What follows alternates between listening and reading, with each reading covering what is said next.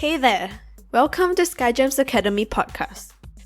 At SkyGems Academy, our vision is to build a community of new generation leaders with strong core values, high level of self-awareness, high self-worth, and passionate individuals who will give back to the community and the environment. We are focused on delivering high-quality blended online learning of 21st century life skills delivered and taught online, practiced and perfected offline. Our philosophy is to inspire, educate, and nurture. We work towards inspiring and igniting sparks. We listen, we coach, we fine-tune and accelerate the mastery of 21st century life skills for various age groups. Our blended learning programs are curated from the early years to above 60 years old, as we believe in providing high-quality, lifelong learning for everyone. SkyGems Academy Podcast Series 1: How COVID-19 Transformed the Education Industry. We will take you inside the minds and behind the scenes of 40 exclusive leaders and educators in the education industry. We've interviewed 40 exclusive educators and leaders in the education industry worldwide, starting with China, where the pandemic initially started. You will hear from the leaders in the education industry sharing candidly their views on the possible changes that will take place in the education industry post-COVID-19. Be sure to tune in to SkyGems Academy Podcast Series 1 to listen and learn from the amazing stories, experiences shared, challenges faced, and techniques used by educators in different cities and countries to adapt and overcome their challenges personally as well as professionally in their respective roles in the education industry during the COVID-19 pandemic. Now, let's dive into SkyGems Academy Podcast Series 1. Introducing to you our host, Alyssa. Hey guys, it's Alyssa. Hope everyone is keeping well. SkyGems Academy Podcast is a passion project that my team and I kicked off in early 2020. As we are all facing the unprecedented events and experiences impacted by the COVID-19 pandemic, we find that there is an urgent need to unite the global community of educators and leaders to progress forward together. Our main objective is to create a platform for all global leaders and global communities to come together to document these historic moments for our future generations. SkyGems Academy Podcast is a platform for everyone from all around the world to share, listen, learn, communicate, collaborate, and come together to network and help one another to pull through this very challenging period that has impacted the global community. In each episode of SkyGems Academy Podcast Series 1, How COVID-19 Transformed the Education Industry, you will find yourself immersed and engaged in in-depth discussions and thought leadership in various aspects of education, technology, humanity, diversity, disparity, and collaborations in the education space. We are very grateful and sincerely appreciate each and every one of you who has motivated us, encouraged us, contributed in your own very special ways, especially our 40 exclusive guest speakers from all around the world. A big thank you to all and a big shout out to all of you. SkyGems Academy Podcast 12th speaker is Giles Wardle from Wuhan, China. Giles is currently the academic principal at Wuhan Britain-China School. Giles has more than 30 years of experience in the education industry, leading and teaching in Thailand, Japan, and has been in China for almost 20 years and in Wuhan since 2006. Giles is a teacher of economics, business, and EAP with considerable experience in educational management. I quote and unquote Giles Wardle. I think a lot of people would have tried out online classes. For some of them, they had gone to find that That's a way of doing things going forward that they want to carry on to do a much greater extent. I am now pleased to introduce you and present to you Giles Wardle.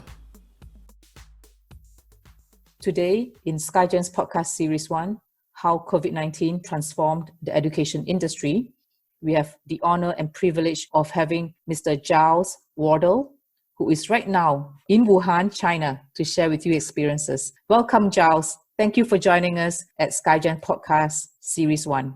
A very warm welcome, Giles. Thank you for having me. It's a great privilege to talk to you all about this. As you've heard, my name's Giles Wardle. I'm the academic principal at the WHBC school here in Wuhan, which is a school offering international education to Chinese students at the A-level, IB, and foundation year level for students preparing to go to university. And we've recently opened up some lower level classes in years 6 and onwards, but our main area up until recently has been years 11 and 12. I've been working in Wuhan for a very large number of years. I joined the school as an economics teacher back in 2006, and this year I took over as academic principal, following the rather unfortunate demise of our previous principal. Thank you, Giles. Thank you for the very thorough introduction of yourself.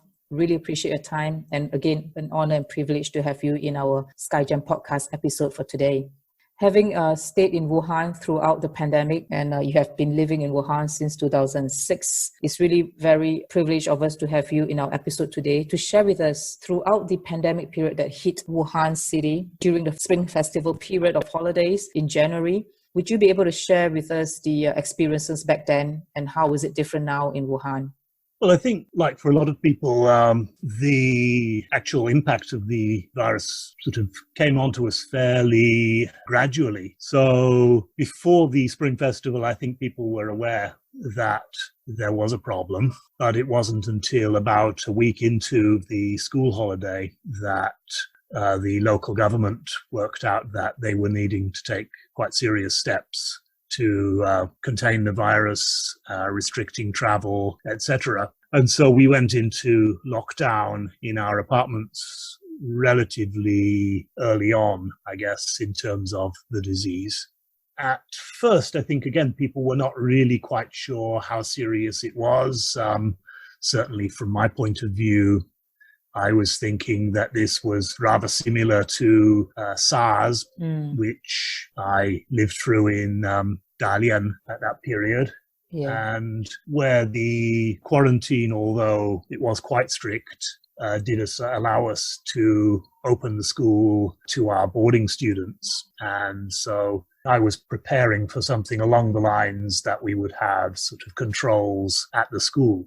It became very clear as we approached the sort of reopening date at the end of the holidays that things were much, much worse than under SARS, and that we wouldn't be able to open the school, and that a lot of our teachers would not be able to return to China or to return to Wuhan to go back to work. So at that point, we had to start making some quite serious plans about how to deliver our classes through the online mechanisms, and also how to rearrange our communication systems such that we could talk to teachers who were quite widely spread across the globe. I mean, we had teachers in countries ranging from Australia, some of them were in Thailand, others were in the UK, and across into the USA.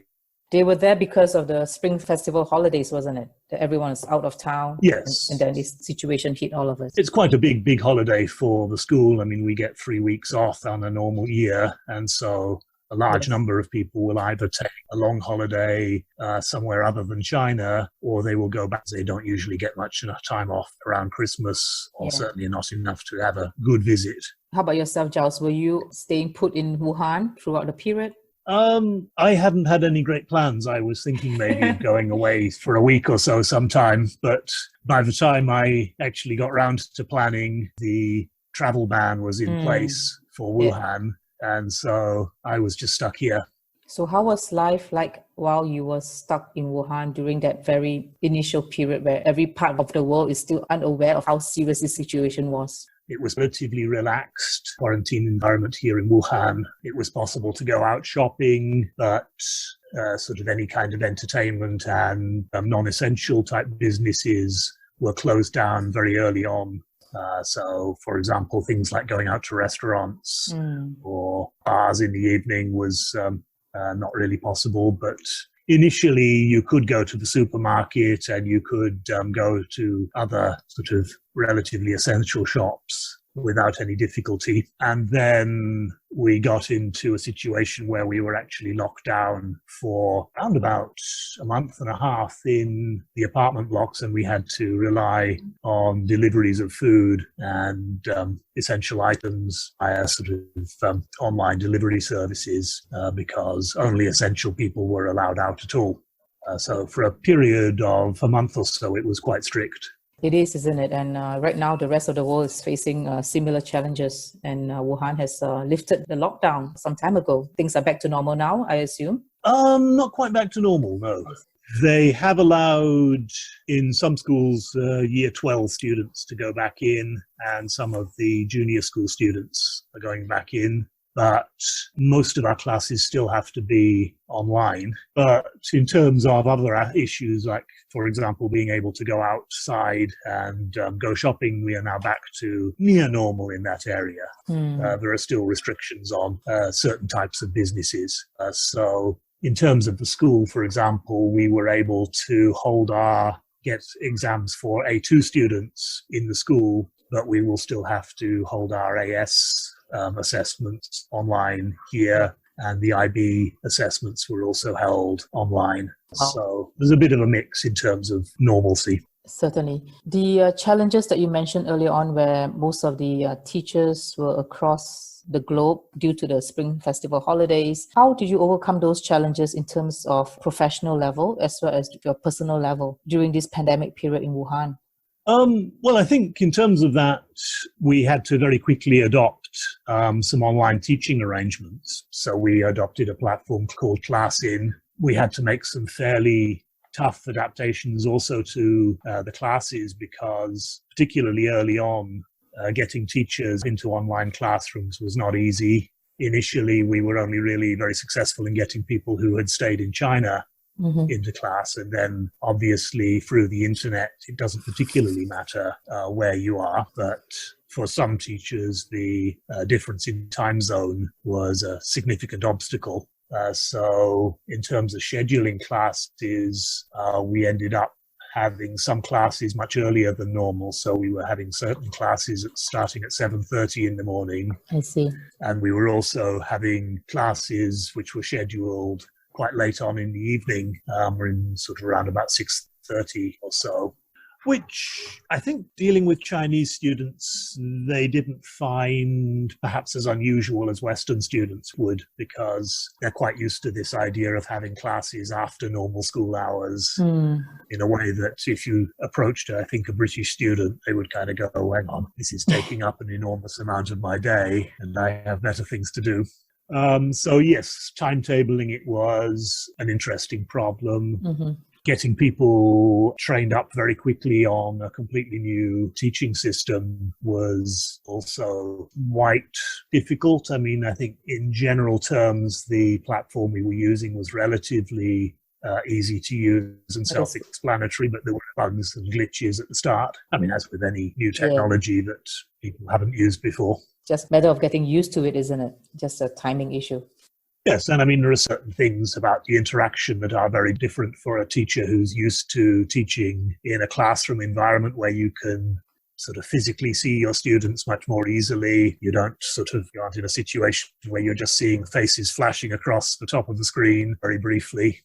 The sort of interactions that you can get on an internet classroom, I think, are very, very different from the kind of interactions you'll get in a school classroom, where you can actually sort of very much more clearly communicate and pick up the non-verbal cues from your students about how they're responding to what you're telling them.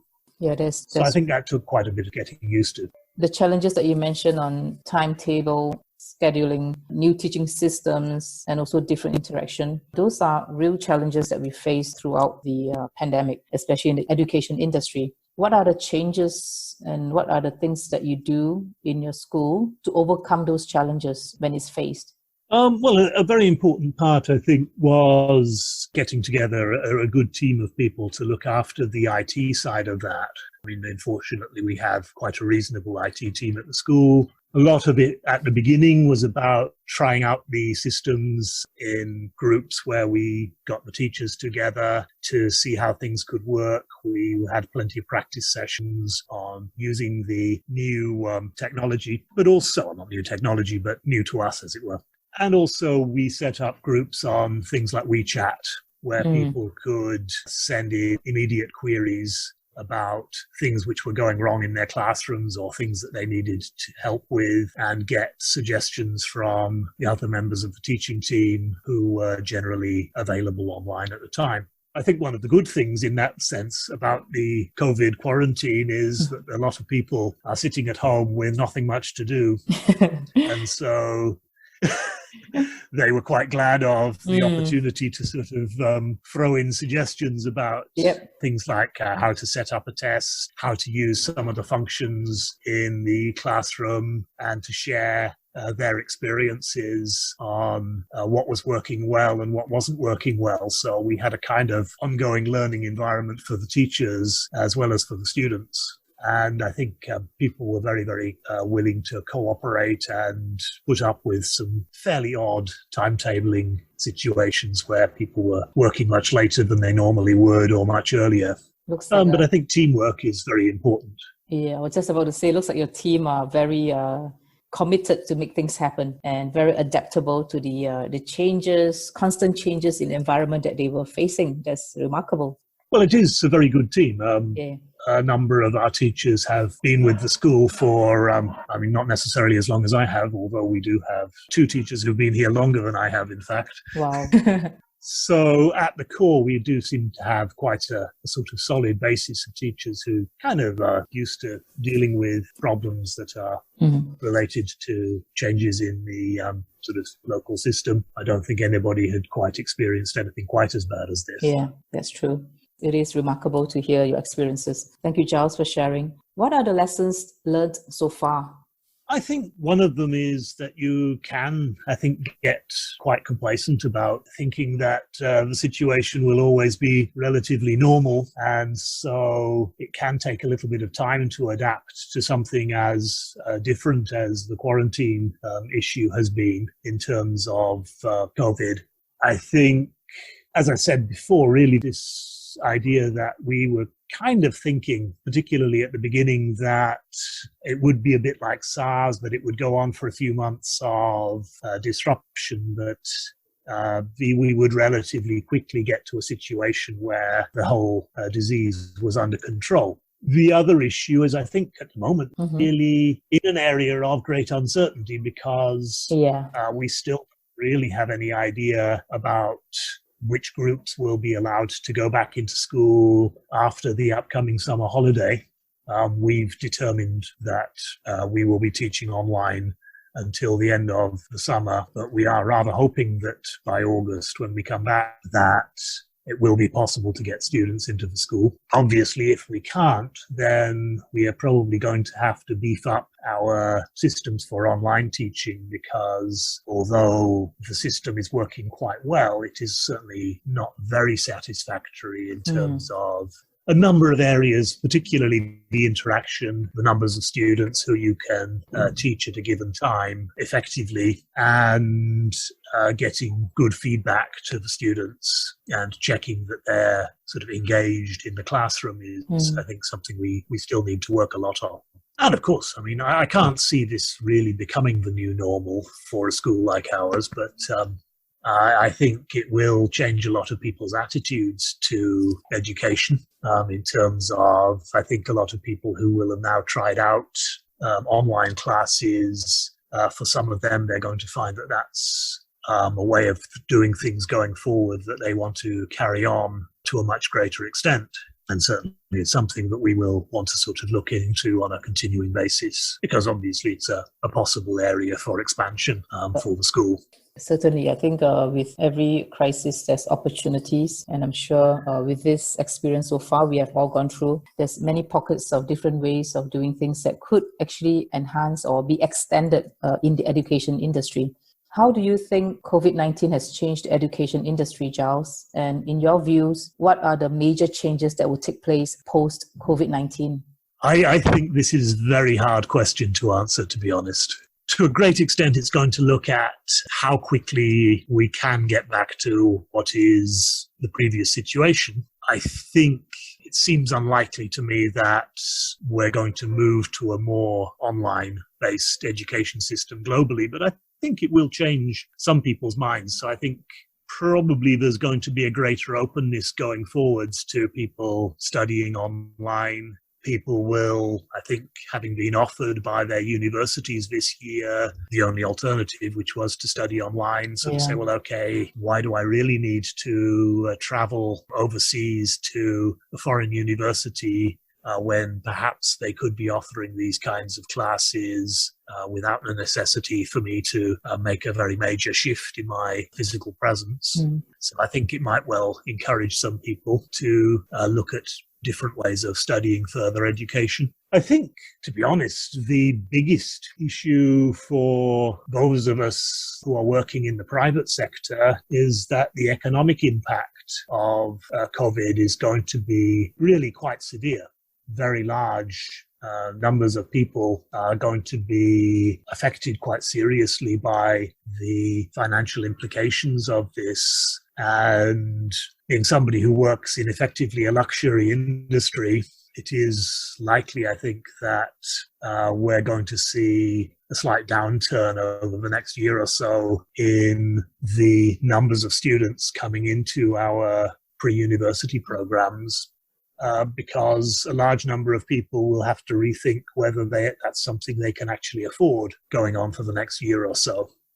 So I think there may well be somewhat of a downturn in that aspect of the business. And of course, that may well be a situation where people will start to look at online courses as being cheaper, perhaps, if they are, and possibly looking at distance learning at universities. So I suspect that may be something that universities will start to consider more. I mean, in the past, we've seen a sort of growth from time to time in universities looking at setting up campuses in countries overseas. So China has been the recipient of quite a few partnerships with UK universities who have set up partial or full undergraduate programs. But I think they may well sort of look into, if they find that the online teaching is working and they have to do it for a longer period, they may well start thinking about that as being a longer term project, and we may well want to adapt our courses to fit in with that. Well, there's certainly going to be a lot of uncertainty ahead of us, and things may take a lot of twists and turns before it all gets settled down. So really hope that moving forward, all of us will be moving in a positive direction in order to overcome the challenges ahead of us, especially in the education industry, as well as in our lives. Thank you for sharing that, Giles. Really appreciate that. The very transparent viewpoint of what you feel the industry will go towards. Thank you, Giles. Very welcome. Giles, what would your new normal be? Or you are already going through it right now? What is your new normal? I'm not sure that a new normal is going to be enormously different. I mean, I think eventually this disease is going to be, like very many other diseases we faced, overcome in terms of either treatments or vaccinations, which I expect they will be coming out with over the next few years. I think from a very practical point of view, people will have to get back to working and going back to school, classrooms, etc. So I suspect that though there may be sort of a few more months of very major disruption, at a sort of cost-benefit level, I can't see many societies being totally closed off for that much longer. So the new normal might be that we're more worried about getting sick, but I think the new normal will be that we will generally get back to sort of very much something similar to what we were with before. But as I say, the economic side of it, where we're looking at quite a major recession across the globe, is going to be perhaps equally difficult. I mean, for people like me in overseas education in the private sector, the jobs may not be as available, and it may well be harder to keep going at the same level as we have before. So I think we can see that a lot of us are going to be tightening our belts over the next year or so. Well, thank you for sharing your new normal, Giles, and I really appreciate the Okay. transparency. That's really good. Yeah, and it's really just the reality, right? You're just stating the reality that we're all going through and will go through in months to come. So let's all stay positive as we ride through these challenging times ahead of us. Giles, I come to a very... worst things have happened in the past. Exactly. Things will get better. I'm very sure. Yeah. We just have to stay on and move on. One very important question that I would like to ask you, Giles. Would you be able to share with our listeners, what would your messages be for the future generations? What would that's again, one of those strange questions. I think in future generations, you're going to come across similar crises like these. I think it's very important when we meet this kind of situation that we all try to work together and try to pool our skills and abilities to come to sensible solutions, and that we are always aware that there's perhaps something around the corner that is going to take us completely by surprise, and that I guess future generations will judge us by how well we manage to react to those situations. Wow. Thank you, Giles, for sharing your advice and guidance to the future generations. Ladies and gentlemen, thank you very much, Giles, for your time and also sharing today. We really appreciate, and I'm sure the audience today of our SkyGem podcast episode has really appreciated every single bit of the sharing that you have given us and a lot of value that has been added to our lives.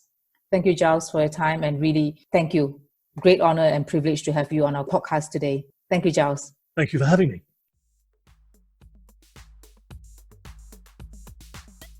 We hope you enjoyed today's episode at SkyGems Academy Podcast Series 1 on the topic of how COVID-19 transformed the education industry.